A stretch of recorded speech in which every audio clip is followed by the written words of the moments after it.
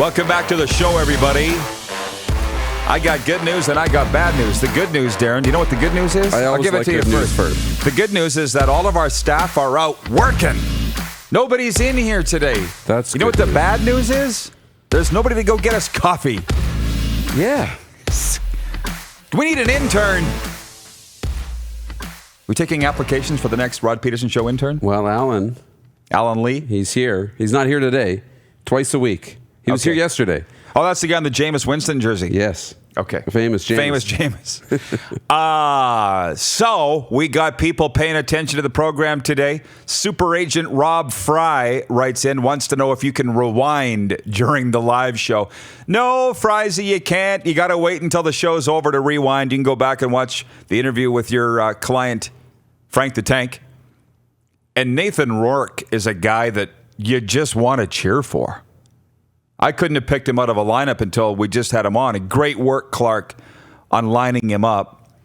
I just want to cheer for Nathan Rourke. I don't want to see him in Canada. If that's where he wants to be, is the National Football League, I want him to stay in the National Football League. Yeah, I do too. I mean, of course, that's the player's dream to play in the NFL. We get that. I mean, and how can you blame them for that? I mean, the NFL is mega. It's big time. It's, guys wearing $300,000 watches while they're playing, making statements in the news, bigger contracts, on multiple TV networks. It's just a bigger deal, unfortunately, and that's just the way it is. So, of course, they want to aspire to that. But a lot of kids do aspire to the CFL and want to play in the CFL. Yeah, Saskatchewan kids do. For sure. A lot of them. And a lot of U Sports, football players know that maybe the NFL is not coming, but you still want to play in the CFL. And we see a lot of Americans come down here, play in the CFL, and then are proud to play in the CFL because they see what it is. But it's two completely different things. Well, I love this. Jerry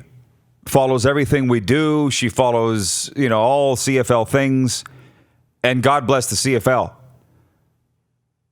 But I remember Stephen Brunt writing in the 80s in the Globe and Mail, Stephen Brunt saying the CFL is a minor league that enjoys major attention.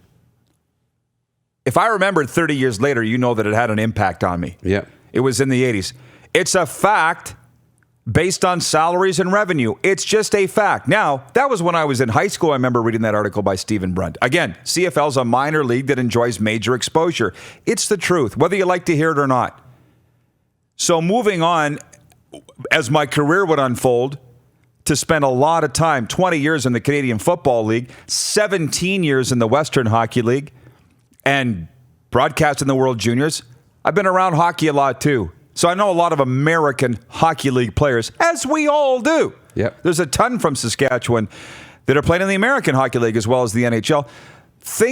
Do you think Garrett Mitchell grew up dreaming of playing for the Hershey Bears? No. But it's the way life takes you. So can you understand why Canadian kids would not grow up thinking of dreaming of playing in the American Hockey League? That's where they end up. They dream of playing in the NHL.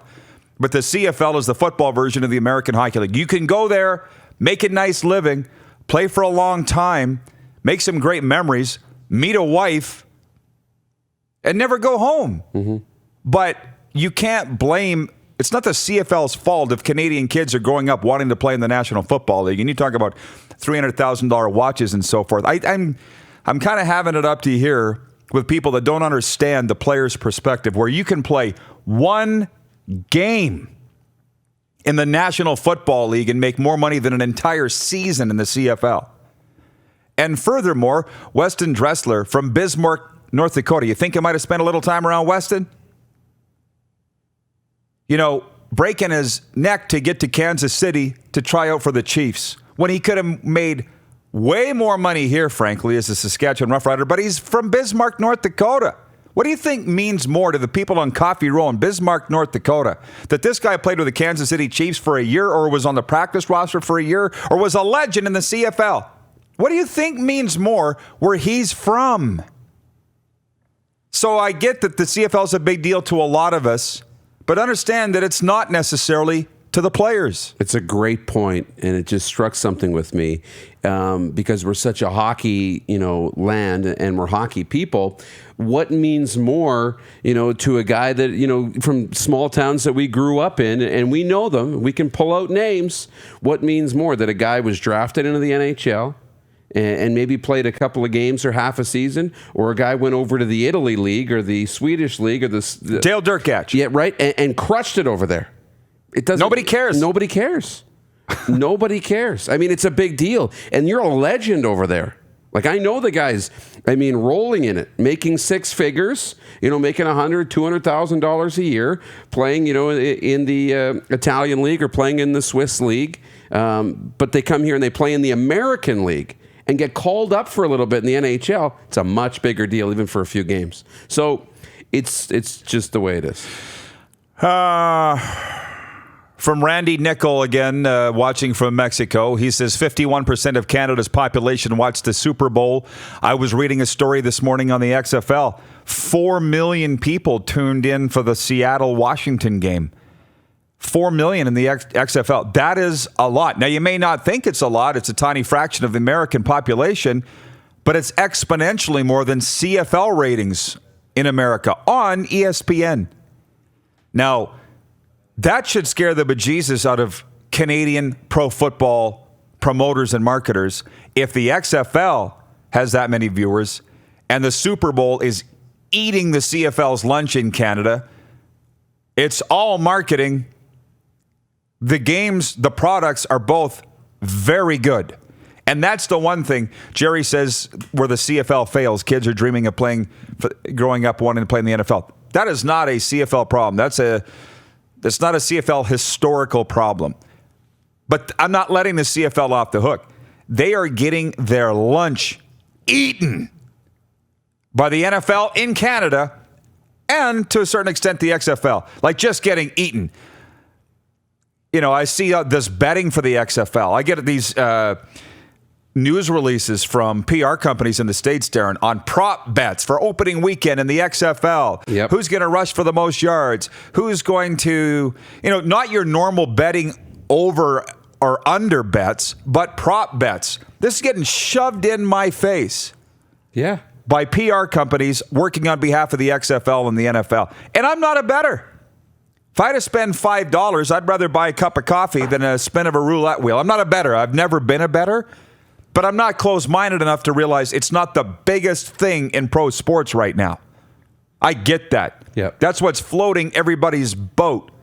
And that's different from fantasy. CFL does a pretty good job with their fantasy. It's tough with only 9 teams. I get it. I know a lot of people that play it. That's totally different than sports betting. Totally different. Right? Oh, big time. So, big time. Again, don't blame Nathan Rourke that the kid grew up in Oakville and wants to play in the NFL and is looking at the CFL as a second option, because that's what it is. And again, talk about having it up to here. I've said for years the CFL should be looked at as a feeder system for the National Football League, and people's heads explode.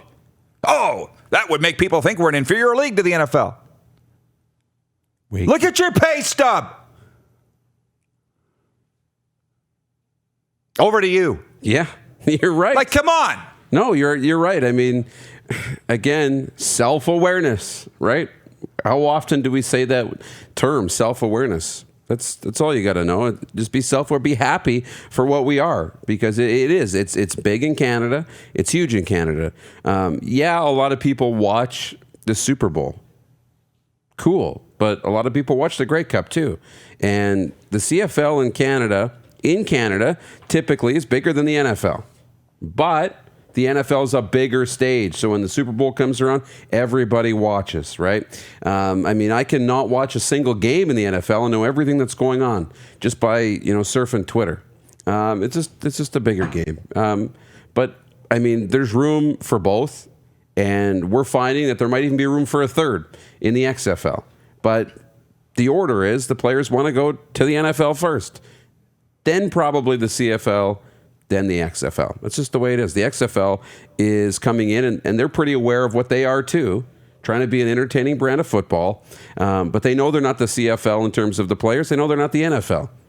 but you got to be okay with that. Jeff Cabillas watching in Winnipeg says, Rod slams down Thor's hammer. What a rant. It's been building for a while, by the way, and the rants on this show for Bronco Plumbing and Heating, your factory-authorized Bryant Furnace dealer. And I've been arguing with CFL players.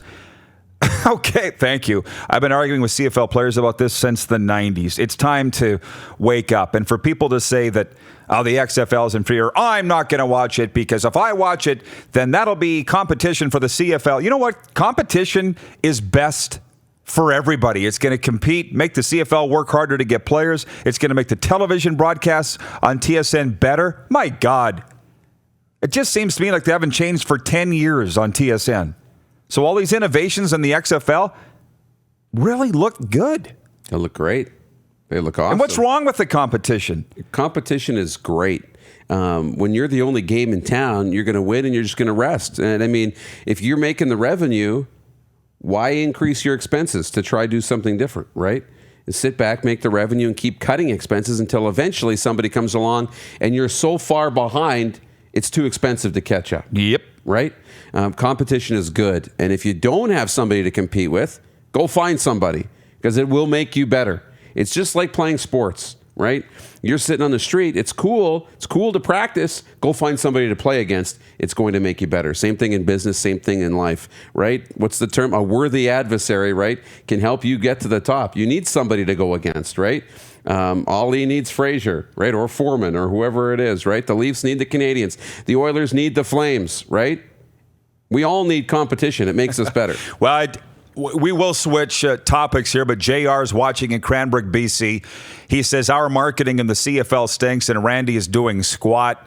I don't want to necessarily go down that road, but a guy did write me the other day and say, oh, the old boys club that's marketing the CFL and with the teams, they've fallen behind the times. I'm like, oh, man, you have it completely backwards. The old boys knew what they were doing. They built the brand. If you want to talk about the Tom Shepherds and the Dan Marses and the Larry Muellers and the Trent Frasers, the old boys club, they're all gone. They're not the ones that are running the show and the marketing anymore. Those boys knew what they were doing. I see some questions coming in here from the viewers. Who won free agency day one? That is our poll question today for Capital Auto Mall Universal Collision Center. Who won day one of CFL free agency? Wow, 69% of you, a whopping 69% say the Toronto Argonauts, 19% say the Hamilton Tiger Cats, 11% say the BC Lions, and 1% say the Edmonton Eskimos. I think we settled on the top four. Yep. Again, the fact there are only four options is becoming a major pain in my neck because I would have liked to have added more options. Quinn Magnuson, outstanding guest, and we're getting a lot of plaudits from people on Quinn's appearance here because he was great. Oh, he's awesome. Winnipeg, very quiet, really. Montreal, quiet. I would like to would have put Ottawa in that vote. We just didn't have room.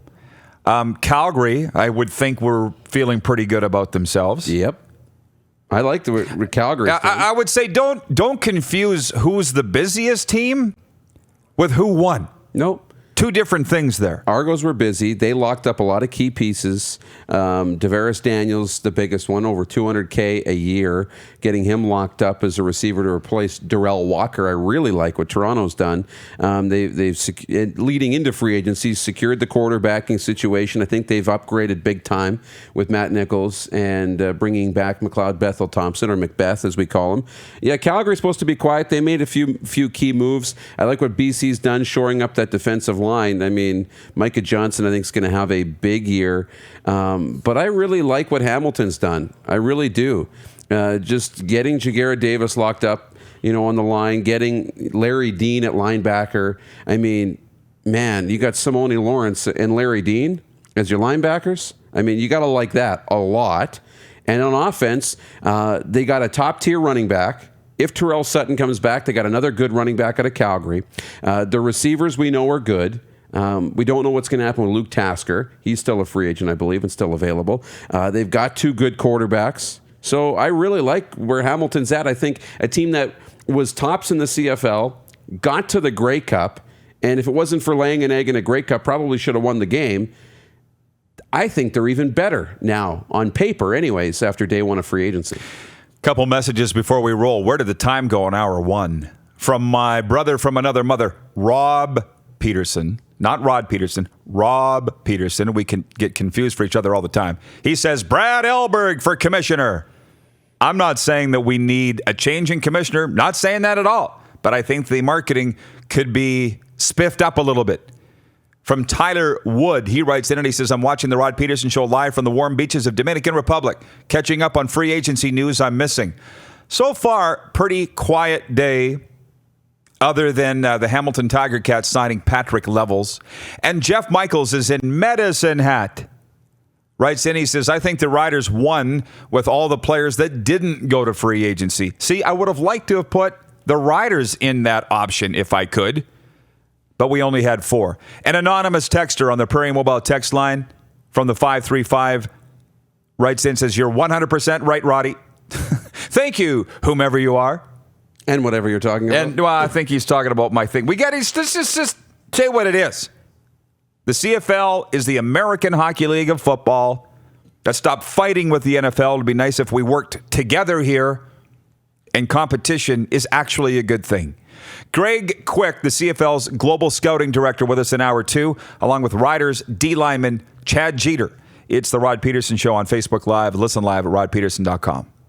You're watching Rod Pedersen On Demand. For more of the Rod Pedersen Show, visit rodpedersen.com or follow Rod Pedersen on social media.